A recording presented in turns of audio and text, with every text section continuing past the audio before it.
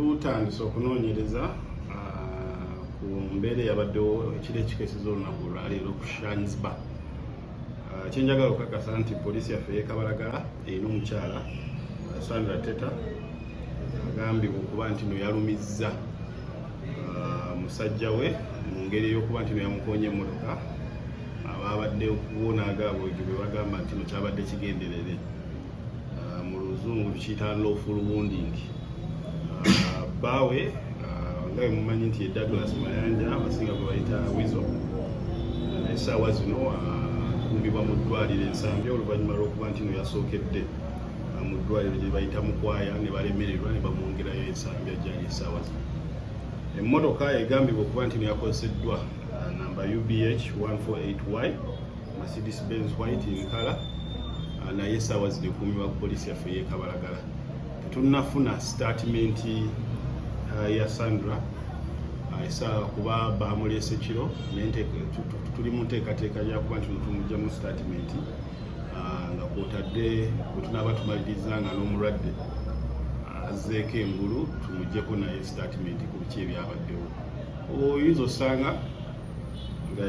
alina ekigendererwa ekyokweyongera maaso n'omusango oba nedda, naye ng'essaawa zino ekikolwa kino tukivumirira ekyokukoona omuntu era wadde eyatomeddwa ayinza obutalaga interest egoberera musango tujja bba twebuuzaako eri omuwaabi wa gavumenti kutya bwe tuyinza okweyongera maaso n'omusango guno. Baba, you go first.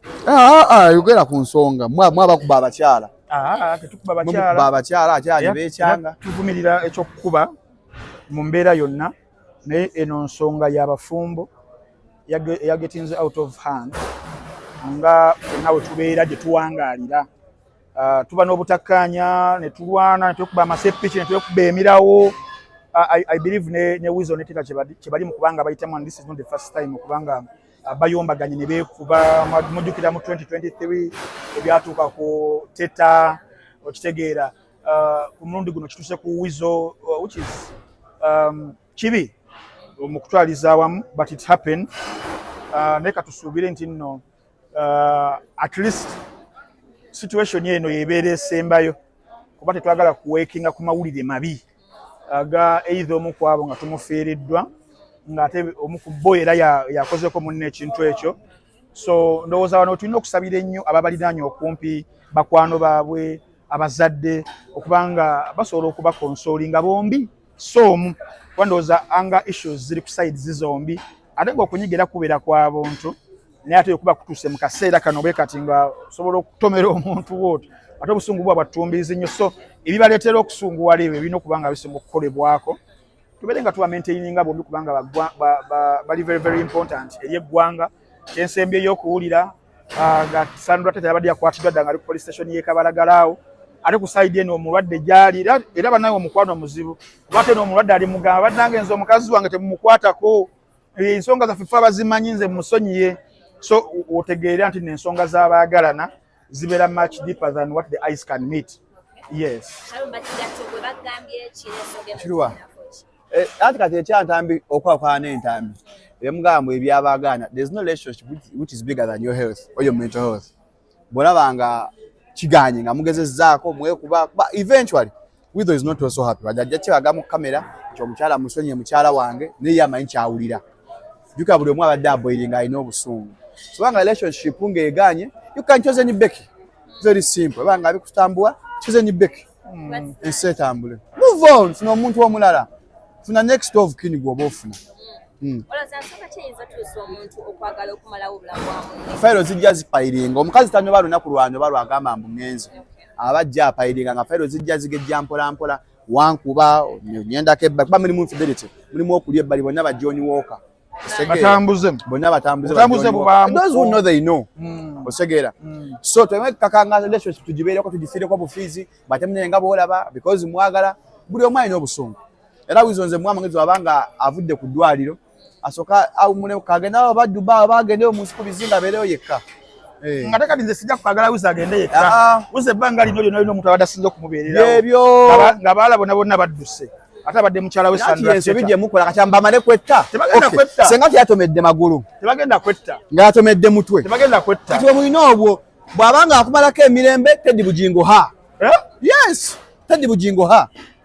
Continually embeera eno what makes lovers to the extent that basokwekuba last time twabako sikafu yavaawo ne basuula abaana ku Normandy Wizomanizo Sandra ne bamukuba nadde Rwanda namenyeko amanyo they got back together what makes lovers to kubeera mu trust relationship sometimes also lacking of a support system bayinza okubeera nga weeri naye nga tekola Wizo ebintu byali mu kubeera nga ayitamu bivira ddala okuva kwa partner we radio wamuvaako businesses nezikyankalanamuko takyali as busy as he used to be back then kati ebiseera ebisinga omuntu ng'oyo kibeera ng'omuntu nga wali obaddekoko ne ku ssente kati nanyinako ku ssente emyaka gy'ekyenda nezigenda okitegeera kati manyi ku bwave okitegeera kakibeera ng'omuyimbi ng'obaddekoko ku mumbeera eyo obadde oli celebrity oli star gwe boogerako then ekituuka ekiseera ate nemufunamuko embeera patinawo mu music akoze eki agenze esimu tezikyavuga eza show abaganda bwe bakutwalira kameme yetu tuli wali osobola okubanga weeyimiririrawo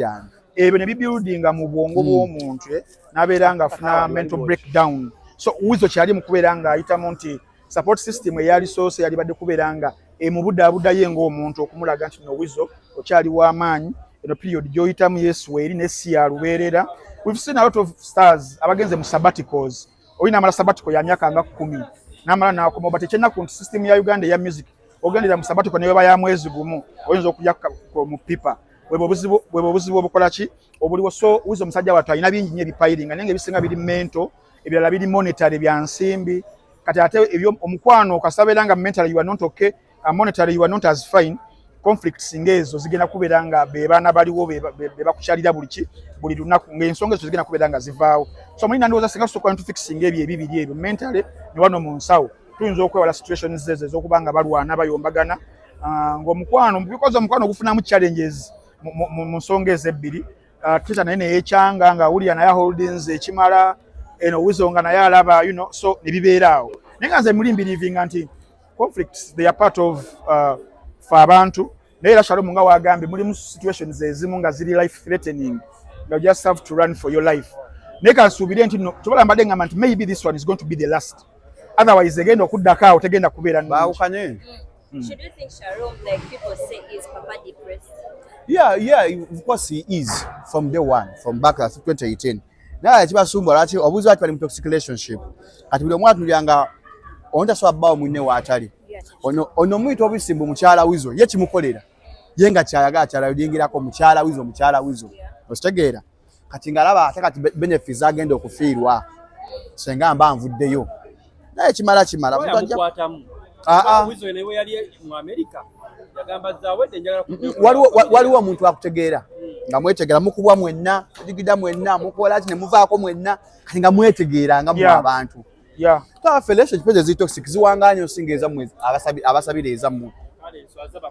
Your last remarks to Eli Sandra ne wava mukomera ne papa wava musajja baawule tokikaka bannange ntambi senga tebatumedde magulu kati senga kuki ali mukola mu mawulire ga mulamba kati senga tuli mu rest in peace Wizo kituufu naye so if that's first to work out Teddy Bugingo ha Chezeni Becky abantu bagamba nti no good like if this is not solved early really ayinza okugenda nga kati bitandikawo ebityo okuba akafaanyi kyembuuza ntambi agamba basigale bonna senga tebatomedde magulu omutala bakwatire mu motoka naye agizza mu livansi nga akimanyi bbaawe gyali benzi eri mu kamera bamaze namugamba gota taata w'abaana bo senga tebamustopinze osegere yes because obusungu omuntu wana obusungu like you run out of options ng'obusungu bukwefuze so zibale nga tudiringe n'ebireeta obusungu ekibanga bano balina baawukane anyway baawukane Frank Atambi olunaku lwaleero soko otubulo olunaku luno gwenga gwe kati nganzaani byali bikuleetedde n'ebisi boche tukulabako ng'ogenze ku cupa ecupa bwali bulwadde kiba tanleeterangako bizibu yensobi gye tukola ffe tukola mulimu gwaffe ng'abamawulire naddala ffe abali independent tulina media house yonna tutukola ebirimu tulina okubeera nga tukikola ki nga tugikola mubeeramu hazards ezijja zebayita occupational hazards wezijja ne zinkakingira nga mbadde ndifendinga gwe Ibra sola genda ne ngamba Ibra yandetedde ebizibu the first time tontumanga kukola kyenkola so sijja kukibelievinga nti no nyizo ki attributingira ku Shiba Karungi ng'omuntu nali nkola mulimu gwange era ensonga ezo ne zijja mu ngeri gizajjamu but good enough nti no tuli mu kubanga tuziwunzika mpola naddala mu mateeka awo era zijja kugguka tudde tubeere nga tukola mu mbeera yonna nekituukira nga tukola ekyaliwo kwenga kuwa opinion yo yaliwo kuyimba at the end of the day ne bakulanga ogenze ku kitanda kiki ekyakusola ku kitanda awo simanyi nti n'oba obulwadde buba bujja busooka kukubira simu ti mukulu tujja sikimanyi badde sikimanyi nga kiyiga lwaleero nti ne ku nnaku ennungi oba wedding day asima kyensimbi ayinza okukukwala obusujja gusobola okukukwala oba okitegeera bani abagamba nti nali ntiitidde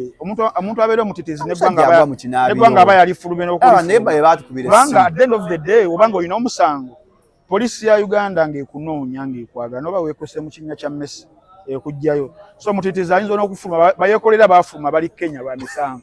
naye nze wendi wano okufeesinga emisango ng'omuntu era bwe namaze okubafunamuko kulungubanguba nenetwala ku polisi nga tebali ankase na mundi nagumu era nenvaayo so singa mbadde mutitizi ne ku polisi saaligenzeeyo naye atoyinza kuguma zambiro bagaba kuyita embuga sikuliira nera nagenzeeyo nembeera nga ntegeera ensonga zange Shiba yakomawo mu ggwanga Uganda tusuubire ki kuba kukozi katunene eringa mbaga ye abantu kike baba basuubira ku Shiba nawo paka tune abantu bamwesuuza okuva obufi anticipation Shiba buildings Shiba y'omu kwa abayimbi abali very strategic and intentional kukyayagala takola bintu gafura nga abayimbi baffe era bimu ku bisude music industry yaffe bayimbi okukola ebintu gafura naye kati Shiba omulaba nga ali very strategic mu ngeri gy'akola mu ngeri gya aligninga mu brand ye wani artistry sako n'abawagizi be kyebabeera basuubira agenze mu November ataddewo sabatiko ya myezi 6-7 akomyewo alirizinze oluyimba lukubye ataddeyo show webitungo olaba nti everything is building up to the other nabeera nga waliwo a little bit of suspense waliwo a little bit of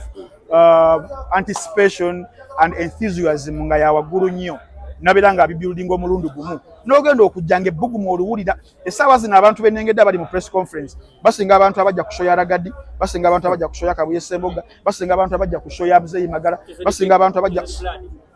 ku Chosen Blood abaddala naye nga just press conference kyekikulaga amaanyi g'omuntu era Pastor Bujingo kola ennaku essatu Shiba yaba alina kukolawo 5 oba okitegeera ye Pastor Bugembe okukola ennaku 3 Shiba yalina kukolawo 5 ennyimba ziringa 3 atuyimbirako nga tukumi buli lunaku oba okitegeera embeera nebeera ng'etambula